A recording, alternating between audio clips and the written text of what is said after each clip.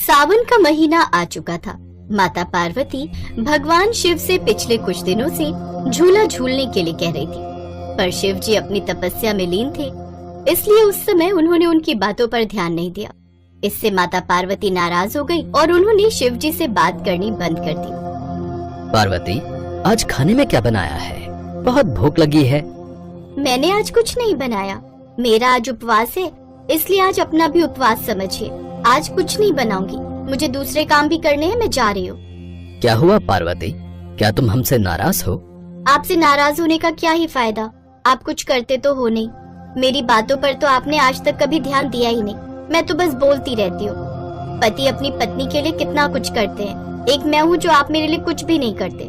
कुछ बोलती हूँ तो भूल जाते हो। तुमने मुझे कुछ कहा था और मैं भूल गया। अरे सुनो तो पार्वती, कहाँ जा रही हो?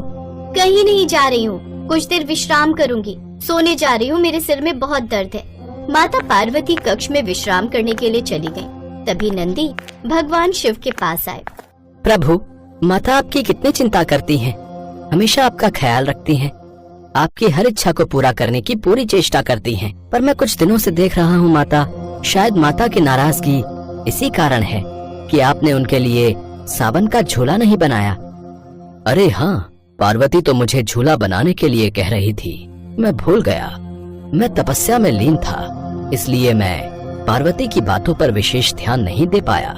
पर अब तुम ही बताओ कि मैं क्या करूं? करना क्या है प्रभु? माता पार्वती की इच्छा को पूरा कीजिए, आपको उनके लिए झूला बनाना होगा। तुम ठीक कह रहे हो नंदी, मुझे झूला बनाने की तैयारी करनी होगी। अभी पार्वती सो रही हैं, मैं पार्वती के उठने से पहले ही एक सुंदर झूला तैयार कर दूंगा। इसके पश्चात शिवजी ने अपने सभी गणों को बुलाया और उन्हें झूला बनाने के लिए सामग्री लाने के लिए निर्देश दिया। नंदी, तुम सबसे मजबूत लकड़ी लाओ, हमें एक ऐसी लकड़ी चाहिए जो मजबूत और टिकाऊ हो। जो आज्ञा प्रभु। भृंगी, तुम जंगल से सबसे सुंदर और रंग बिरंगे फूल लाओ, हमें झूले को सजाने के लिए उनकी आवश्यकता होगी। जो आज्ञा प्रभु। शिवजी ने अपने सभी शिवगणों को झूला बनाने के लिए कोई न कोई सामग्री लाने भेजा। उनके जाने के पश्चात शिवजी ने पेड़ की कुछ लताओं को तोड़ा और उनसे एक मजबूत रस्सी बनाई। कुछ देर बाद शिवगण झूला बनाने की सामग्री लेकर आ गए। शिवजी ने झूला बनाना प्रारंभ किया।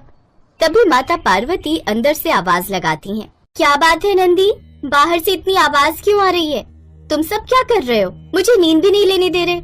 प्रभु, माता जाग जाएंगी, जल्दी कीजिए। बस हो गया नंदी, ये रस्सी अच्छे से बांध दो ताकि टूटे ना। और फिर कुछ ही समय में कैलाश पर्वत के उपवन में एक बहुत ही सुंदर फूलों से सजा झूला बनकर तैयार हो गया। वो झूला जिसे भगवान शिव ने स्वयं अपने हाथों से बनाया। जैसे ही माता पार्वती उठकर आती हैं, तो उपवन की ओर देखती हैं। आज ही सारे शिवगण वहाँ उपवन में क्या कर रहे हैं? महादेव तो इस समय तपस्या में लीन होने चले जाते हैं, पर आज तो ये अपने शिवगणों के साथ मस्ती कर रहे हैं। देखो तो जरा, ये सब एक साथ थे, तभी इतनी देर से शोर मचा रखा था।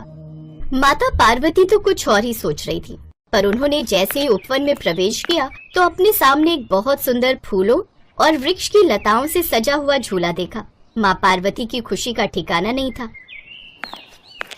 माता, देखिए, भोलेनाथ ने आपके लिए स्वयं अपने हाथों से कितना सुंदर झूला बनाया है। इन सब ने भी सामग्री लाने में मेरी सहायता की है। देखो पार्वती, झूला कैसा लग रहा है? अति सुंदर। आपने मेरे लिए इतना सुंदर झूला तैयार किया, मैं बहुत खुश हूँ स्वामी।